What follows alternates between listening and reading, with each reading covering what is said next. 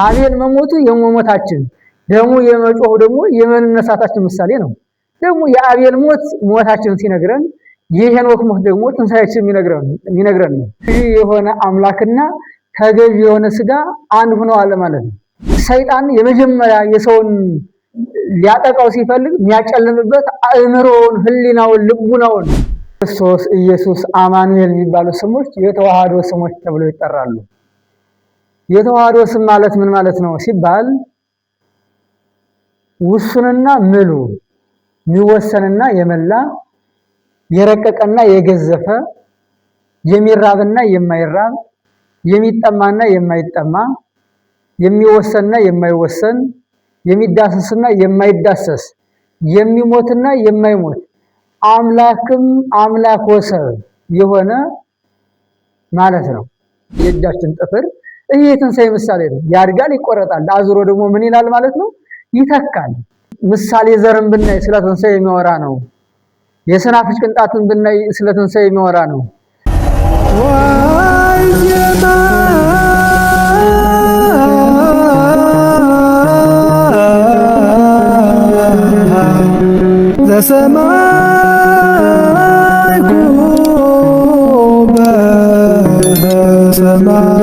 ክርስቶስ ተንሥአ እሙታን በዐቢይ ኃይል ወሥልጣን አሰሮ ለሰይጣን አግዓዞ ለአዳም ሰላም እምይእዜሰ ኮነ ፍስሐ ወሰላም።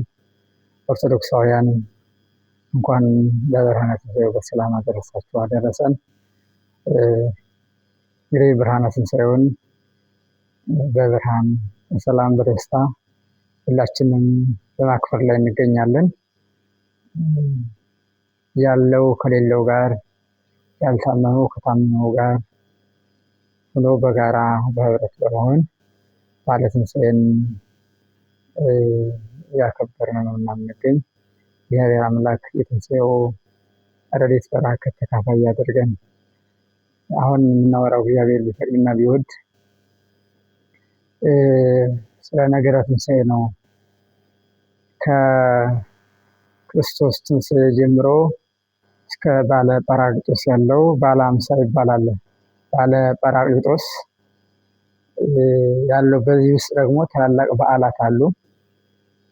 ታላላቅ በዓላት በውስጡ ዕለታቶች ስያሜ ያላቸው፣ ሳምንታቶች ስያሜ ያላቸው፣ በዕለት የተሰየሙት ቀናት አሉን። በሳምንታት የተሰየሙ ቀናት አሉን። በዓመታትም ይሰየሟሉን። በዐቢይ አከፋፈል ለምሳሌ ጸደይ፣ ሐጋይ፣ መጸው፣ ክረምት በሚል በሶስቱ አበይት አከፋፈልም ይከፈላሉ ወራቱ። እነዚህ ግን የራሳቸው የሆነ መግቦተ እግዚአብሔር ያለባቸው እግዚአብሔር እኛን ለሚመግብባቸው ዕለታት፣ ሳምንታት፣ ወራት ናቸው። እግዚአብሔር ስጋዊ ምግብ፣ መንፈሳዊ ምግብ ይመግበናል። በባለ ሃምሳም የምንመገባቸው ስጋዊ መጠጥ፣ ስጋዊ መብል አሉ። የምንመገባቸው መንፈሳዊያን ምግቦቻችን አሉ። መንፈሳዊ በዓላት አሉን። እያንዳንዱ ቀን የተለየ በዓል፣ የተለየ ደስታ፣ የተለየ ቃለ እግዚአብሔር ምስጢር ያለው ነው እና ባለ ሃምሳ በቤተ ክርስቲያናችን ብዙ ምስጢርን ካዘሉ ሳምንታት ወይም ወራት በዓላት መካከል አንዱ ነው። ባለ ሃምሳ እያንዳንዱ ቀን ቢተነተን ቢመሰጠር ብዙ ምስጢርን የጸነሰ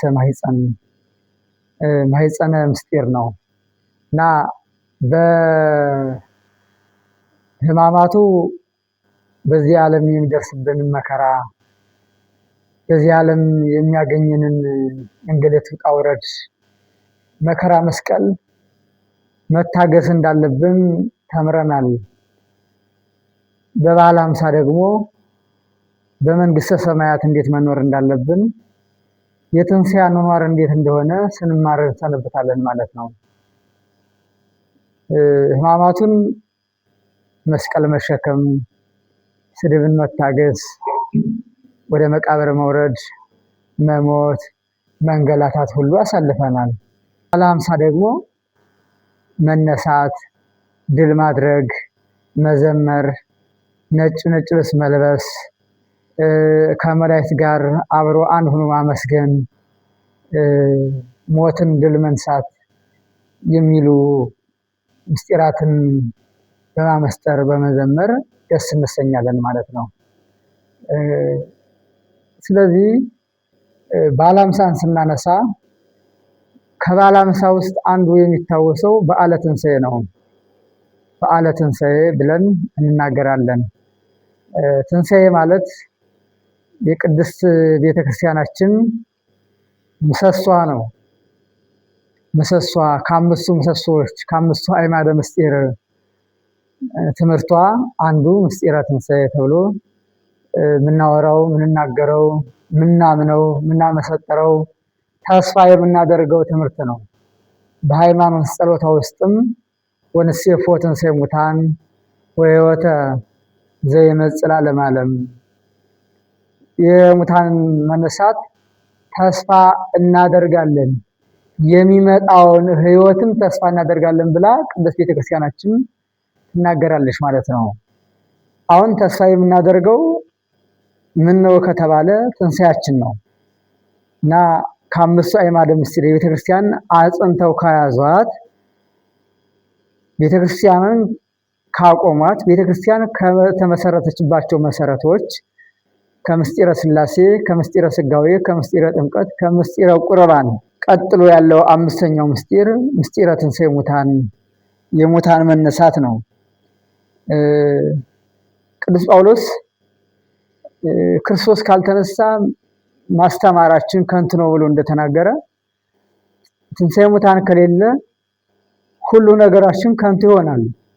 ሙተን ካልተነሳነ መጾማችን፣ መጸለያችን፣ መስገዳችን፣ መውጣታችን፣ መውረዳችን፣ መከራ መቀበላችን፣ ሃይማኖታችን በራሱ ምን ይሆናል ማለት ነው? ዋጋ አይኖረውም። ዋጋችን የምናገኝበት ፍሬያችን የምናፈራበት ምንድነው ማለት ነው? ምስጢረ ትንሣኤ ሙታን ነው እና እያንዳንዱ ክርስቲያን ተስፋ የሚያደርገው ምስጢረ ትንሣኤ ሙታን ነው። ክርስቶስም ተስፋ እናደርገው የነበረ ሙቶ እንደሚነሳ ስለነገረ ሙቶ እንደሚነሳ ተስፋ በማድረግ ሐዘናችንን በተስፋችን እያጽናናን ነበረ እና ከበዓለ ሃምሳ ውስጥ አንዱ የሚታወሰው የሚከበረው በዓል በዓለ ትንሣኤ ወይም ምስጢረ ትንሣኤ የተባለ የሚታወቅ በዓል ነው ማለት ነው። እንግዲህ ምስጢረ ትንሣኤ ስንል ከማን ነው የሚጀምረው ከተባለ የትንሣኤያችን በኩር ከሆነው ከመድኃኒታችን ከኢየሱስ ክርስቶስ ነው። እርሱ የትንሣኤያችን በኩር ነውና የምዕመናን በኩር ነው፣ የአብ በኩር ነው። በመወለድ በኩራችን ነው። በመወለድ በኩራችን ነው ስንል ቅድመ ዓለም ከአብ ያለ እናት ድኅረ ዓለም ከመቤታችን ያለ አባት በመወለድ በኩራችን ነው። ያለ እናት ከአባቱ ያለ አባት ከእናቱ የተወለደ እርሱ ብቻ ነውና በኩራችን ነው። በመጠመቅ በኩራችን ነው። በማስተማር በኩራችን ነው። በሁሉ ነገር በኩራችን ክርስቶስ ነው። እኔ ሕይወትና ትንሣኤ ነኝ እንዳለ ሁሉ በመነሳትም በኩራችን እሱ ነው። ክርስቶስ ማለት ከሁለት አካል አንድ አካል ከሁለት ባህሪ አንድ ባህሪ ቢሆን የወጣለት የተዋህዶ ስም ነው። ክርስቶስ፣ ኢየሱስ፣ አማኑኤል የሚባሉ ስሞች የተዋህዶ ስሞች ተብለው ይጠራሉ። የተዋህዶ ስም ማለት ምን ማለት ነው ሲባል ውሱንና ምሉ፣ የሚወሰንና የመላ፣ የረቀቀና የገዘፈ፣ የሚራብና የማይራብ፣ የሚጠማና የማይጠማ፣ የሚወሰንና የማይወሰን፣ የሚዳሰስና የማይዳሰስ፣ የሚሞትና የማይሞት አምላክም አምላክ ወሰብ የሆነ ማለት ነው። ክርስቶስ ማለት ፍጹም አምላክ ፍጹም ሰው ነው። በፍጹም ሰውነቱ የሚወሰን የሚዳሰስ የሚራብ የሚጠማ የሚታመም የሚሞት ነው በሰውነቱ። በአምላክነቱ ደግሞ የማይሞት የማይታመም የማይራብ የማይጠማ የማይዳሰስ ምሉ ኃያል ዘላለማዊ ቀዳማዊ ሩይ ምስለ አብ ወመንፈስ ቅዱስ ከአብ ከመንፈስ ቅዱስ ጋር በባህሪ በፈቃድ በስልጣን በመለኮት አንድ የሆነ አነ ወአብ አሐዱ ነን ብሎ እንደነገረን አንድ የሆነ አምላክ ነው። ክርስቶስ ማለት አምላክ ወሰብ ፍጹም አምላክ ፍጹም ሰው ማለት ነው።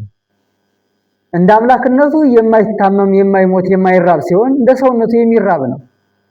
ቅዱስ ጴጥሮስ እንደነገረን ሞተ በስጋ ወሐዮ በመንፈስ በስጋው ቢሞት በመንፈስ ግን ሕያው ነው ብሎ እንደነገረን ክርስቶስ በመለኮቱ የማይታመም የማይሞት ሲሆን በስጋው ደግሞ ሞተ ብለን በመቃብር 3 መዓልት 3 ሌሊት እንዳደረን እናገራለን።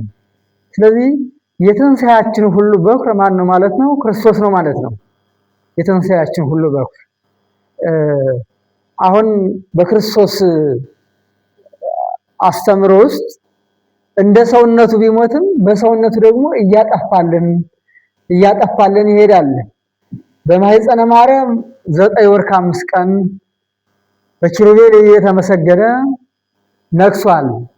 በሱራፌል እየተመሰገነ የነገሰ አምላክ ነው። ሲወለድም አይቴ ሃሎ ዘተወልደ ንጉሥ አይሁድ የተወለደው የአይሁድ ንጉሥ ወዴት አለ እያሉ ሰብአ ሰገል የምድር ነገሥታት ሲሆኑ ሊገብሩለት መጥተዋል። እነሱ ነገሥታት ናቸው። የዚህ ዓለም ላይ የተሾሙ የዚህ ዓለም ከበርቴዎች ናቸው። ግን የተወለደው የአይሁድ ንጉሥ ወዴት አለ እያሉ ሊገብሩለት መጥተዋል። ክርስቶስ ንጉሥ ነው። አሁን ሰው ሲወለድ የሚነግሱ ነው አይደለም። ማንኛውም ሰው ከእናቱ ማኅፀን ሲወለድ ንጉሥ ነው አይደለም። እርሱ ዘላለማዊ አምላክ ስለሆነ ነው። ዘላለማዊ ንጉሥ ስለሆነ ነው። ምንና ምን ተዋህዷል ማለት ነው? አምላክ ገዢ የሆነ አምላክና ተገዢ የሆነ ስጋ አንድ ሆነዋል ማለት ነው። ሰው ስጋ ላይ ነገሰ፣ ነግሰ፣ ከብረ፣ ተለዓለ መባልን መክበርን እናገርለታለን። ክርስቶስን ነገሰ እያለን እናገራለን። በለበሰው ስጋ ከበረ መባል ይነገርለታልና ስጋ አምላክ ስለሆነ የስጋን መክበር ለሱ ተናግረን ከብረ፣ ተለዓለ፣ ነግሰ፣ ሀየሰ፣ ወረሰ ሚል ክብር እናገርለታለን።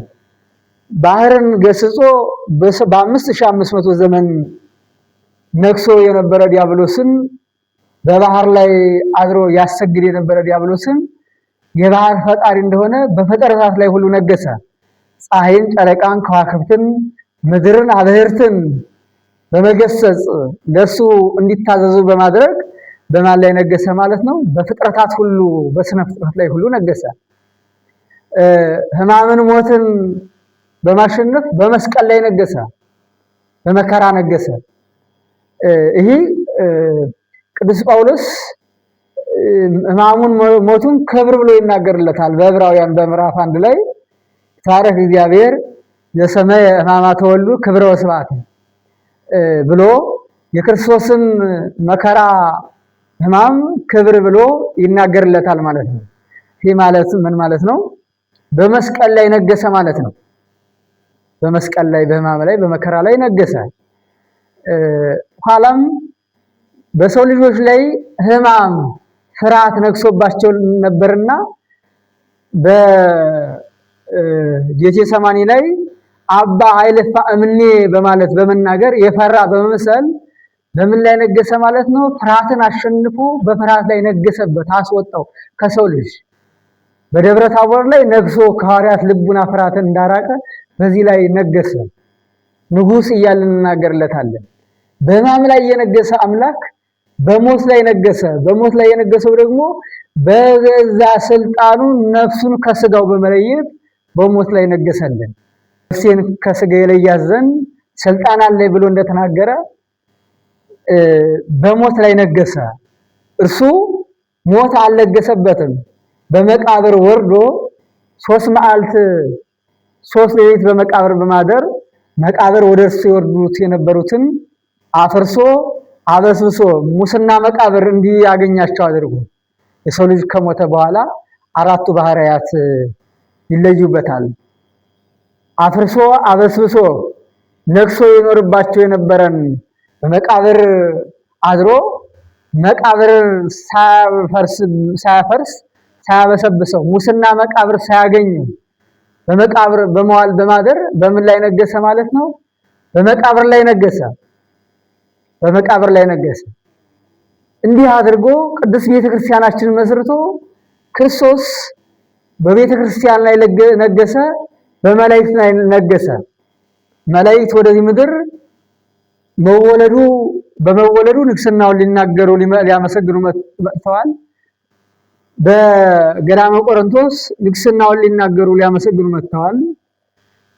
በዕለተ ትንሣኤው ምኑ ሊናገሩ መጥተዋል? ንግስናውን ተነስቷል ከዚህ የለም እያሉ በመቃብሩ ላይ ለነበሩ ትንሣኤውን ለማየት ወይም መቃብሩን ለማየት መቃብሩን ሽቱ ለመቀባት ሲመላለሱ ለነበሩ ሴቶቹ ለመናገር እዚያ ተገኝተዋል።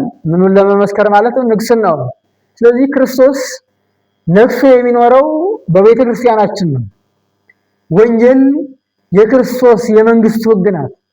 ቤተ ክርስቲያንም የወንጌልን ሕግ የመንግስቱን ሕግ ስትመሰክር ትኖራለች። ካህኑም ወንጌሉን ሲያነብ ነዋ ወንጌለ መንግስቱ ለክርስቶስ፣ እነሆ የክርስቶስ የመንግስቱ ወንጌል እነኋት ብሎ ለምዕመናን ይሰጣል። በቅዳሴ ሰዓት ሲያነብ እነኋት የክርስቶስ የወንጌል የመንግስቱን ወንጌል ብሎ ይናገራል። መንግስተ ሰማያት እያለ ምን ስንናገርም ሕገ ወንጌልን ከመንግስተ ሰማያት አንለያትም፣ ተስፋንም ከሕገ ወንጌል አንለያትም፣ ክርስቶስንም ከተስፋችን አንለየውም። ስለዚህ በቅዱስ ቤተክርስቲያናችን ላይ ነገሰ ማለት ነው። በሕማም ላይ የነገሰ፣ በመስቀል ላይ የነገሰ፣ በሞት ላይ የነገሰ፣ በመቃብር ላይ የነገሰ፣ ሞትን ድል በማድረግ ነገሰልን። ስለዚህ አሁን የክርስቶስ ምንን የምንናገርበት ነው ማለት ነው። ትንሣኤውን የምንመሰክርበት ነው። ትንሣኤውን የምንመሰክርበት ነው። የትንሣኤው ምስክርነት በመጀመሪያ በራሱ ትምህርት እንናገራለን። ራሱን ምስክር አድርገን 33 ዓመት ለሐዋርያት የነገራቸው ብዙ ምስጢር ምን እያለ ነበር የነገራቸው? ከትንሣኤ አስቀድሞ ይህን እንዳትናገሩ ዋዘዞሙ ዘሪው በደብር፣ በተራራ ያዩትን ለማንም እንዳይናገሩ አዘዛቸው ይላል። አዘዛቸው። ብዙ ምስጢራት ከትንሣኤ አስቀድመው እንዳይናገሩ አዘዟቸዋል። ከትንሣኤ አስቀድመውም እንዲያስተምሩ አላዘዛቸውም። ከትንሣኤ በኋላ ነው እንዲያስተምሩ ያዘዛቸው። ምክንያቱም ብዙ ምስጢራት እውን የሚሆኑ ማናውቃቸው ነገሮች የሚገለጡልን፣ አሁን በጨለማ በድንግዝግዝ እናያቸው የነበሩ ነገሮች የሚገለጡልን በትንሣኤው ምስጢር ነው። ራሱ ስለ ትንሣኤው አስተምሯል። ንስትጎ ለዝንቱ ቤተ መቅደስ ወበሰልሱ ዕለት አነሥኦ፣ ቤተ መቅደስ አፍርሱትና በ3ኛው ቀን አስነሳዋለሁ ብሎ መላ ትምህርቱ ምኑን የሚነግረን ነው ማለት ነው? ስለ ትንሣኤው የሚነግረን ነው። ስለ ትንሣኤው የሚነግረን ነው። አሁን ምሳሌ ዘርን ብናይ ስለ ትንሣኤ የሚወራ ነው። የሰናፍጭ ቅንጣትን ብናይ ስለ ትንሣኤ የሚወራ ነው። ስለ ሰርግ ቤት ብናይ ስለ ትንሣኤው የሚወራ ነው። የ10 ደናግላንን ትምህርት ብናወራ ስለ ትንሣኤው የሚወራ ነው። ስለ ነገረ ምጽአቱ ስለ መምጣቱ ምልክቶች ብናወራ ስለ ትንሣኤው ነው። ስለ መልካም አገልጋዮች ብናነሳም ራሱ ስለ ትንሣኤው ነው። መልካም አገልጋዮች ገብርኄር ገብርም እያለ ምንናገረው 1 ብር የተሰጠው አለ፣ 2 መክሌት የተሰጠው አለ፣ 5 መክሌት የተሰጠው አለ፣ ግን ያተረፉት አሉ። ይህ ስለ ትንሣኤው ነው። ስለ ተራቡ ሰዎች ለምሳሌ ብራብ አብልታችሁኛል፣ ብጠማ አጠጣችሁኛል የሚያወራው ስለምን ነው ማለት ነው? ትንሣኤውን ነው።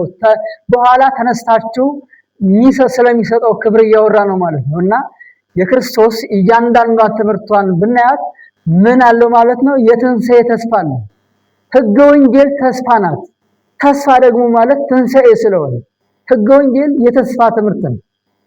የተስፋችን ትምህርት ነውና ይህንን የሚነግረን ነው። ይህ ሁሉ የክርስቶስ ትምህርቱ መላ ትምህርቱ ምን ነው ማለት ነው? ነገረ ትንሣኤ ያለበት ነው። ስነ ፍጥረትን ብናያቸው ትንሣኤን ይነግሩናል። ምስጢረ ትንሣኤን የያዙ ናቸው።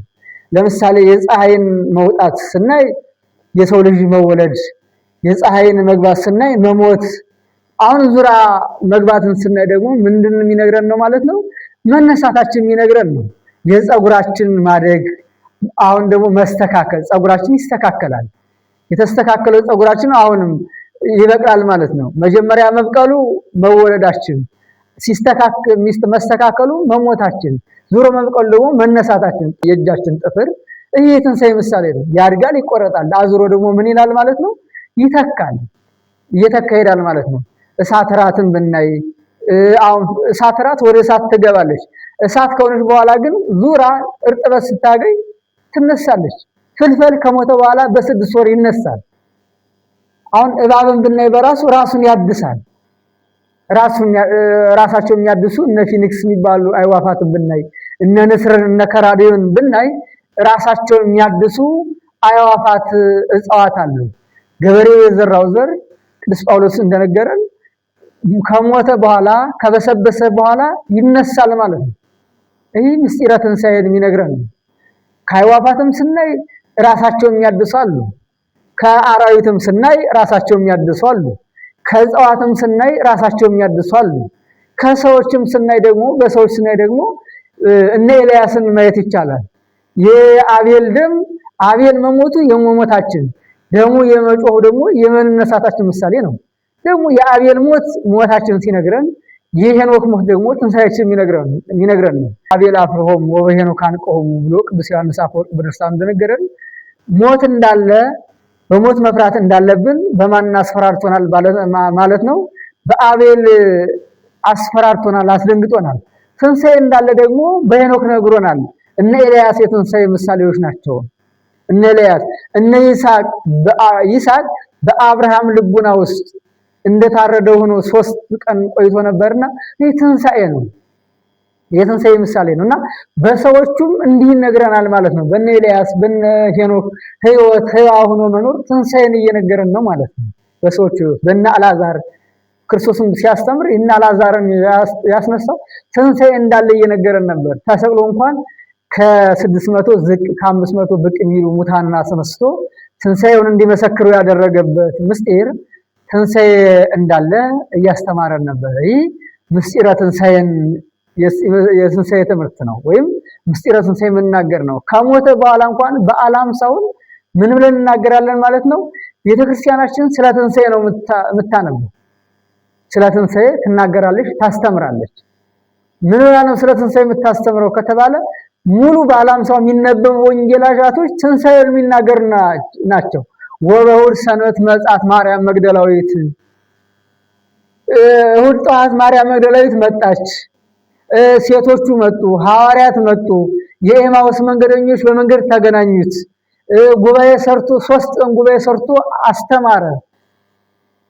3 ቀን ጉባኤ ሰርቶ አስተማረ ብላ 3 ጉባኤያቶች አሉ በትንሣኤ ውስጥ ዋና ዋና ጉባኤያቶች። ክርስቶስ በ50 ቀን ሙሉ ለአንዱም ለሁለቱም ሳይገለጥ ብሎ አያውቅም ነበር። ያስተማራቸው ትምህርት ደግሞ የትንሣኤ ትምህርት ነው። የትንሣኤ ትምህርት ነው በማለት ለብዙ ሴቶች ተገለጠ፣ ለመላእክት ተገለጠ፣ ለሐዋርያት ተገለጠ፣ ለ12 ሐዋርያት ተገለጠ። ለነዚህ ሁሉ ምን አለ ተገለጠ። በሲኦል ላሉ ነፍሳት ራሱ ተገለጠ ብላ ታስተምራለች። ከዕለተ ትንሣኤ እሑድን ጀምራ የሰኞ ሁለተኛውን ቀን ሰኑ የሚባለውን ማዕዶት መሸጋገሪያ ብላ ታከብራለች ማለት ነው። ይህ ማዕዶት ይባላል። ማዕዶት እያለ የምናከብረው የመሸጋገሪያ ቀን። ሁለተኛውን ደግሞ ቶማስ የማክሰኞው። ቶማስ ማለት ሐዋርያትን ወክሎ ሐዋርያትን ያዩበትን ወይም ቶማስ ትንሣኤ ሕሊና ያገኘበትን ብላ ታስተምራለች። ረቡዕን ደግሞ አልዓዛር ከሙታን የተነሳበት የሚታወስበት፣ አልዓዛራውያን የሚታወሱበት። ሐሙስ አዳም፣ ዓርብ ቤተክርስቲያን ቅዱስ ቤተክርስቲያን የምትታወስበት፣ ቅዳሜ ቅዱሳት አንስት። እነዚህ ሌሊቱን ሙሉ የአይሁድን መከራ ሳይፈሩ ጨለማውን ታግሰው የክርስቶስን ትንሣኤ ለማየት ሲመላለሱ ያደሩ ሴቶችን ለማስታወስ ቅዱሳት አንስት ብላ የሴቶች በዓል የአልዓዛር በዓል የአዳም በዓል የቶማስ በዓል የአብርሃም እያለች እንዳከበረች ሁሉ ደግሞ ቅዱሳት አንስት የሴቶች በዓል ብላ ታከብራለች።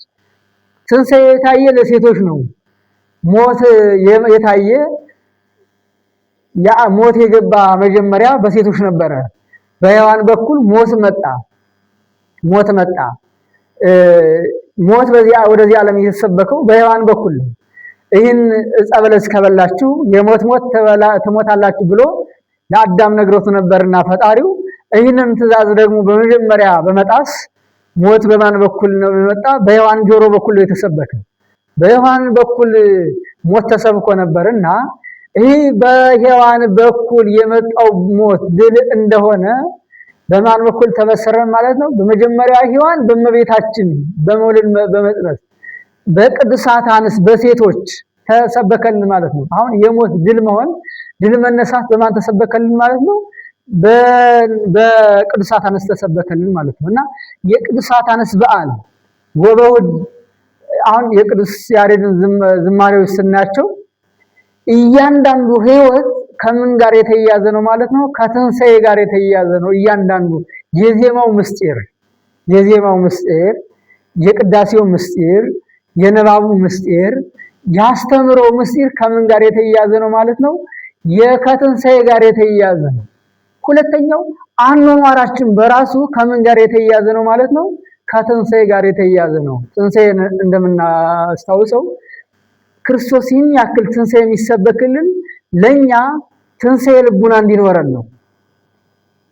ትንሣኤ ልቡና እንዲኖረን ነው። ሐዋርያት ዓለምን ዞረው ያስተማሩ እያንዳንዱ ትንሣኤ ልቡና እንዲኖረው ነው። ድቀተ ህሊና የህሊና ሞት የህሊና ውድቀት ያስተሳሰብ ውድቀት ሰው ህሊናው ከጨለመበት ሁሉ ነገር ይጨልሙበታል። ሰይጣን የመጀመሪያ የሰውን ሊያጠቃው ሲፈልግ የሚያጨልምበት አእምሮውን፣ ህሊናውን፣ ልቡናውን ነው። እግዚአብሔር የሚነግሰው በልቡናችን ላይ ነው። በልቡናችን ላይ ይነግሳል እና ይህን ልቡናውን አጥቅቶበት ነበር።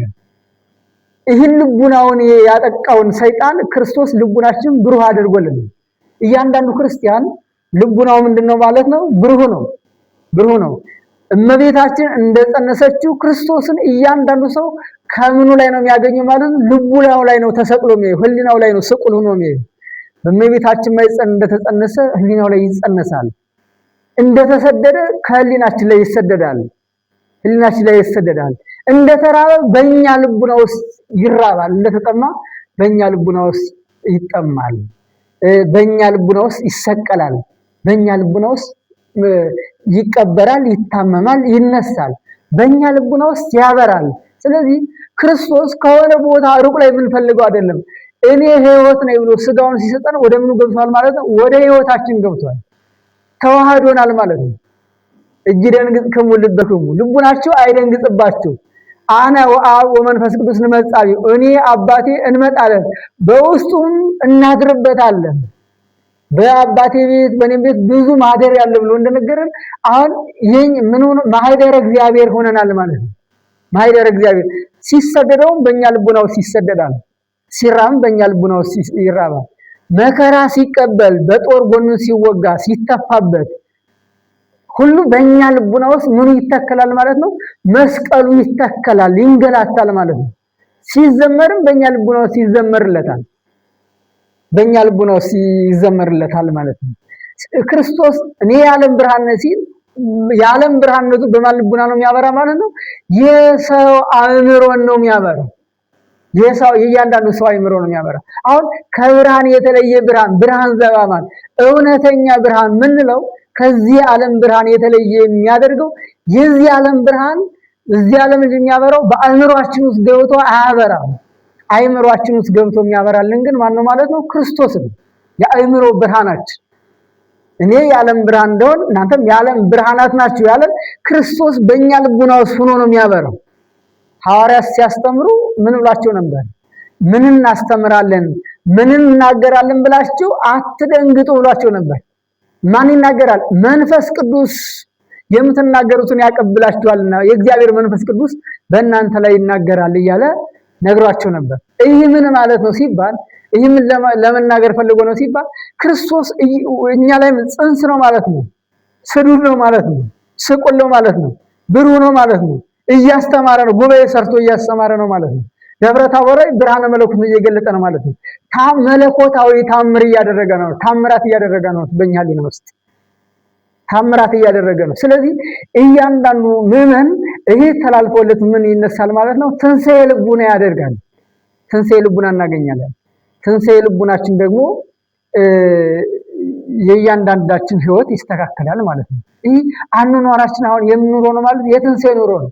ይህ ሁሉ የትንሣኤ የሚናገሩ መጻሕፍት የሚነገሩ ትንሣኤ ልቡና ትንሣኤ ሕሊና እንዲኖረን ነው ማለት ነው። እና ከትንሣኤ በኋላ የምንኖረው ህይወት የምንመላለሰው መመላለስ የምን ትንሣኤ ይባላል ማለት ነው?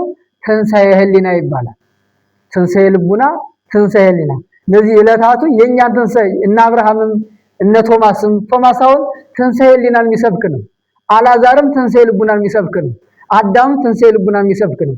ቅዱስ ቤተክርስቲያናችን ትንሣኤ ልቡናን ምሰብክ ናት። ወንስቴፎ ትንሣኤ ሙታን እያለች ቅዱሳት አንስትም ትንሣኤ ልቡናን የሚሰብኩ ናቸው። ኃጢአትን ትቶ ሁሌም አሁን እንደተነሱ እንከሰ ይናምሮ ለክርስቶስ በስጋ ክርስቶስን ከእንግዲህ በኋላ በስጋ እናውቀውም ብለን እንደተናገርን እኛም ከእንግዲህ በኋላ ሰማያዊ ስራ ስንሰራ ምንገኝነን ማለት ነው። ምንገኝነን ስንሰግድ ለመሞታችን፣ ሰግደን ስንነሳ ደግሞ የመነሳታችን፣ ስንጾም በራሱ ጾማችን ምንም እየተለማመድን ነው ማለት ነው። በመንግስተ ሰማያት ያለ መብል ያለ መጠጥ መኖራችን እየተለማመድን ነው።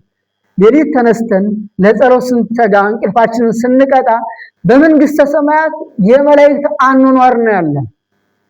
የመላእክት አኗኗር ነው ያለን። እሱን አኗኗር እሱን ህይወት እየተለማመድን ነው ማለት ነው። እና ነገረ ትንሣኤ ብለን ስንናገር ምስጢረ ትንሣኤ ብለን ስንናገር ቤተክርስቲያናችን ዘላለማዊ ህይወት፣ ዘላለማዊ ተስፋ፣ ዘላለማዊ ብርሃን፣ ዘላለማዊ አኗኗር መንግስተ ሰማያት እሱን ለብሶ እሱን ወርሶ መኖር እያለ ነው ማለት ነውና በጠቅላላው እያንዳንዱ ዘላለማዊ አኗኗራችን፣ ዘላለማዊ ተስፋችን፣ ዘላለማዊ መንግስታችን በቀኝ ብንቆም ብርሃን ብንለብስ የእግዚአብሔር ልጆች ብንባል ያበላነውን ያጠጣነውን የጾምነውን ዋጋችን ብናገኝ የወይን ቅርንጫፎች ሆነን በወይኑ ግንድ ላይ ብናፈራ ይህ ሁሉ ተስፋችን የምናገኝበት ወደፊት ተስፋ የምናደርገውን ነገር የምንጠብቅበት የቤተክርስቲያን ምሰሷ ከአምስቱ አዕማደ ምስጢር ከአምስቱ ምሰሶች አንዱ ትምህርቷ ምስጢረ ትንሣኤ ሙታን ይባላል ማለት ነው። ይቆየን።